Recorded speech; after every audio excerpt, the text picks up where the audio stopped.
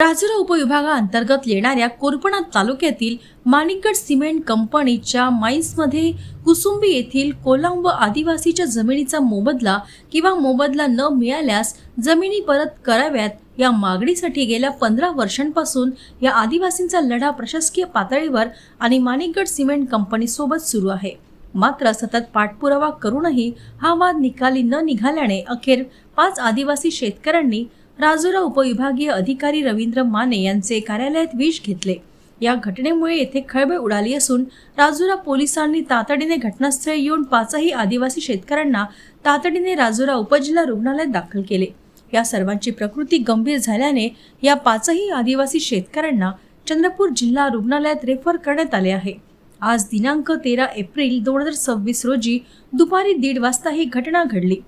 लच्चू चिन्नू मडावी राहणार बांबेझरी वय वर्ष 55, जयराम गंगू मडावी राहणार नोकारी वय वर्ष 45, जंगू सोमा पेंदोर राहणार कुसुंबी वय वर्ष 48, बालाजी शिडाम राहणार नोकारी वय वर्ष 52 व मारुती करुणू तलांडे राहणार कुसुंबी वय वर्ष 55 या 5 शेतकऱ्यांनी विष घेतले।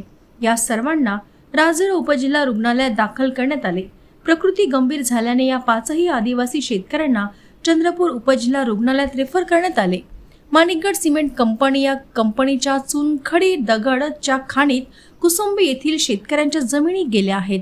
या प्रकल्पग्रस्त शेतकऱ्यांनी गेल्या 15 वर्षांपासून निवेदन आंदोलन करून हक्क मागण्याचा प्रयत्न केला, मात्र माणिकगड सिमेंट कंपनीने दाद दिली नाही आणि राज्य सरकारने याबाबत आदिवासी शेतकऱ्यांना हक्क देण्यासाठी प्रयत्न केले नाहीत।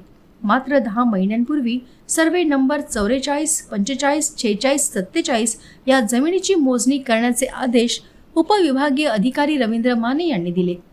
मात्र 10 महिन्यापासून मोजणी झाली नाही। मोजणी झाल्याशिवाय मोबदला अथवा ताबा मिळू शकणार नाही। अखेर संतप्त झालेल्या आदिवासी शेतकऱ्यांनी उपविभागीय कार्यालयात विष घेतले। या प्रकरणी राजुरा पोलीस अधिक तपास करीत आहेत।